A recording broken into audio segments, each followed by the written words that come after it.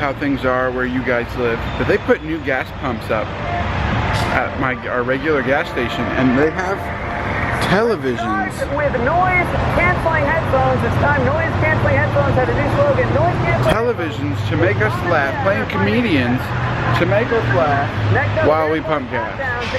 That is impressive. Hey, you're single, why not see where this goes? Also unnecessary. What? Also unnecessary. It is unnecessary, because if you're sitting there, if you're pumping a lot of gas, 9 times out of 10 you push the button on the thing and you get back in the car. But still interesting. This is almost time, love.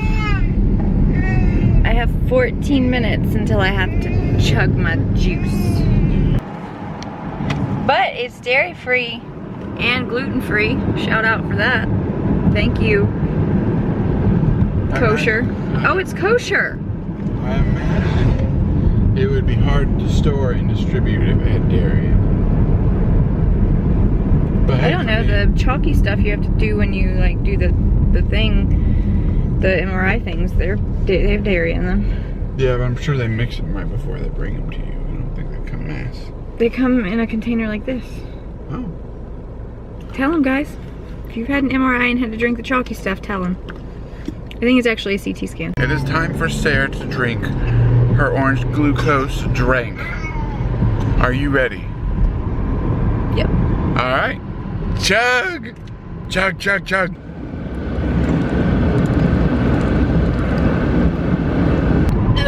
Is it disgusting? I am so sorry, love. Jameson is not happy because we turned the music off. How are you doing over there? You know what this is like? What? You remember those little hug juice things that came in the plastic thing with the aluminum foil on top? Oh, the juice in a barrel.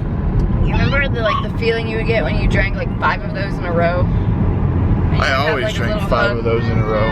Well, you know how like your stomach would feel and your throat would sort of burn? Yeah, actually I do. I remember that now. That's what this is. That's what this does. Like my throat is on fire. I would rather have a shot of Fireball right now.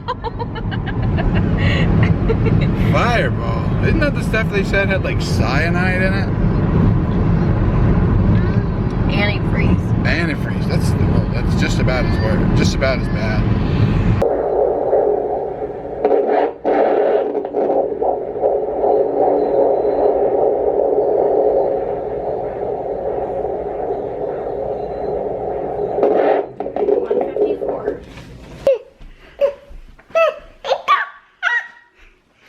Are you talking to the vlog? Are you talking to the vlog? Yeah, are you telling them about your day? Huh? Are you? Are you gonna tell them about your day? Say, I woke up this morning at like 7 o'clock and I stayed up until we left for the doctor's office. And then I took a little nap in the car and I fussed a little bit in the car because I don't like being in the car. And then, oh, am I telling you, is this your part of the story to tell? Okay, you can tell it. Tell the story. Okay, I'll finish. But we did go to the doctor.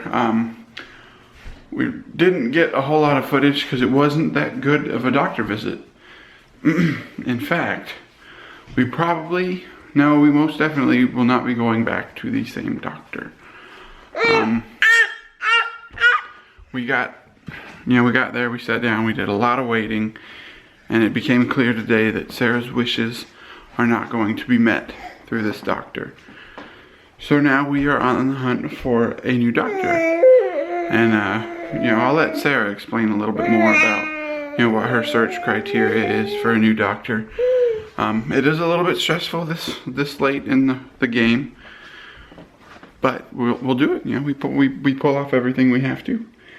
And this guy over here is probably gonna get ready to take another little nap. Like I said, he fell asleep in the car a couple times today. He slept a little bit on the way there and a little bit on the way back. Dad and Robert just left to get us dinner. And Jameson is sitting here trying to crawl. He's trying to play with this light socket or this outlet, but trying to deter that. I don't know exactly what Robert told you about the doctor's office today, but basically there was a huge misunderstanding, which they have since called and apologized for and tried to make amends for. But, you know, I don't know. I still very much love my doctor, I still very much love him. I still recommend him highly, but after today's misunderstanding between him and the office staff and me and Robert, it's just, you know, I haven't felt confident in his,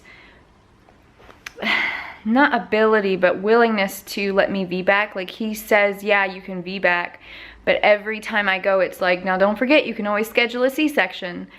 And I think today was just like, okay, this is not, while he's really great as my doctor, I don't think he's going to be a good fit for what I'm wanting out of this birth experience.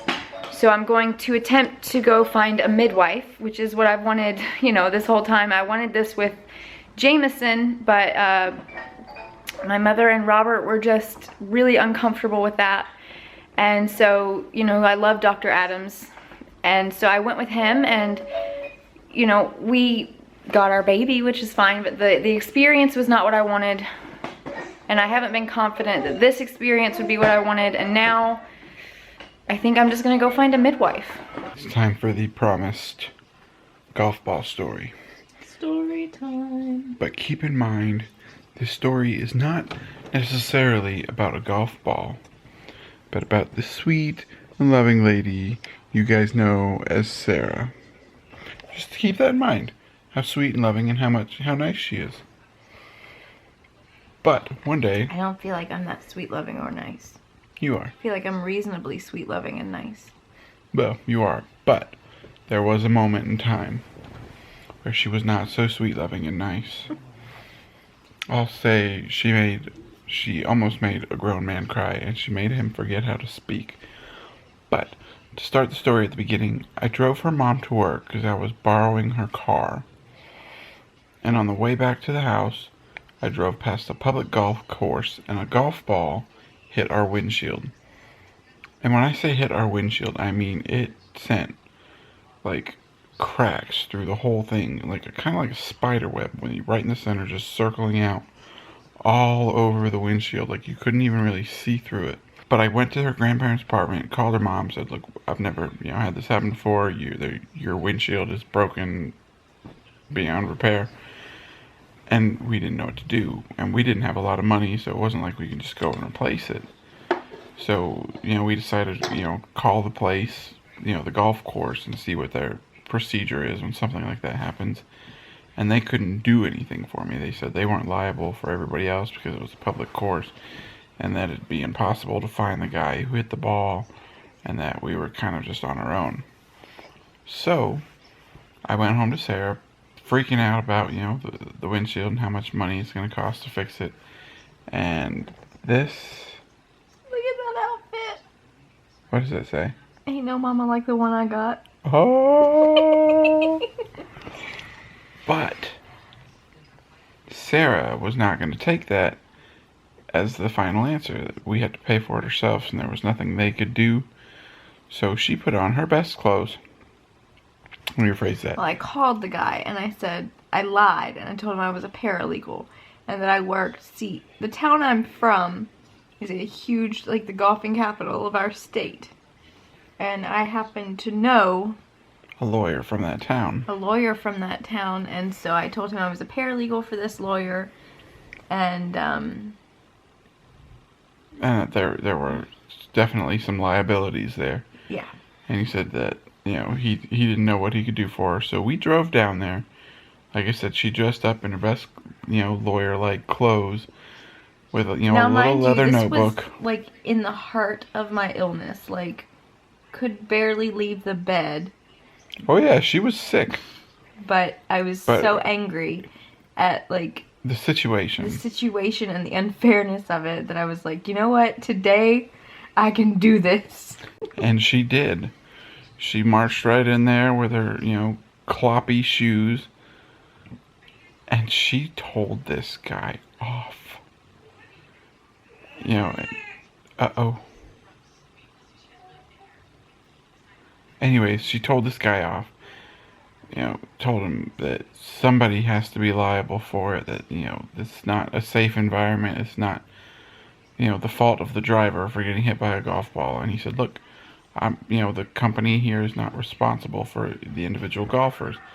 And so she ended up getting a list of, you know, who all was checked in and signed in, even though she technically needed a subpoena for that. Yeah, he was like so flustered that he was like, look, I'll just give you the roster without a subpoena. And I was like, why would you? But when we say flustered, we mean he was getting mad at her because she was so persistent and wouldn't give up, to the point where he was kind of like double talking himself. He would say something and then he'd go back and be like, well, you're right there, but this. And so she's like, well, you're saying opposite things and it sounds like you need to learn to use your words. And that made him even more mad, like over the top mad, to where he goes, I know how to use my words. I know how to use my word. He was so mad, he was stuttering, he could not speak. And then after he looked like he was gonna cry. His face was red. This look like. She gave him a very condescending look. She was very, very mean about I it. was so mad. So yeah. I do feel a little bit remorseful for it, but. Guess what time it is? It's time for bed. I was prepared. You don't need to like. Oh my lord. But yeah, hold on. But it is the end of our day. It's been a strange day. It's been a crappy day.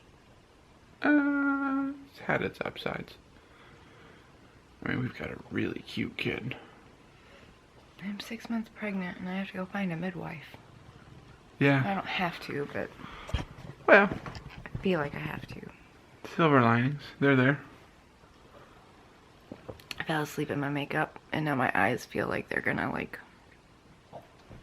erupt from my face. Is that a thing?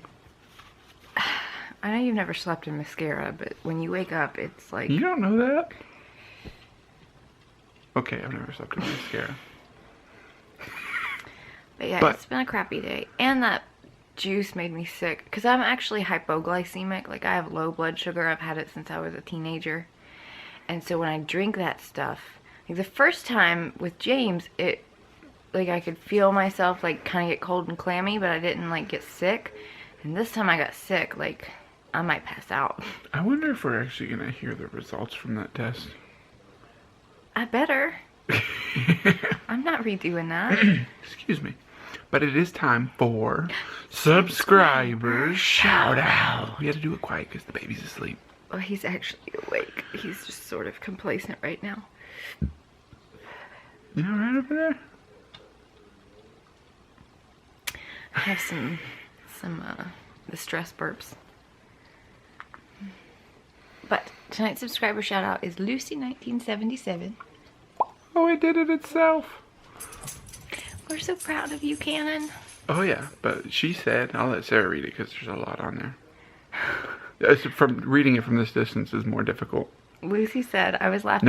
No. She said, happy face, happy face, happy face, happy face. Do you want to read this, sir? You can read it. Let's say the happy faces. She said, I was laughing so hard at Jameson crawling on the floor and the look on his face when you were talking about his behavior at the restaurant. He was like, whatever. And she's using like the smiley faces that are crying because they're laughing.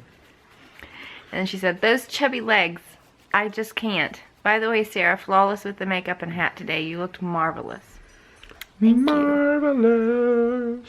I think tomorrow I'm not going to wear any makeup at all.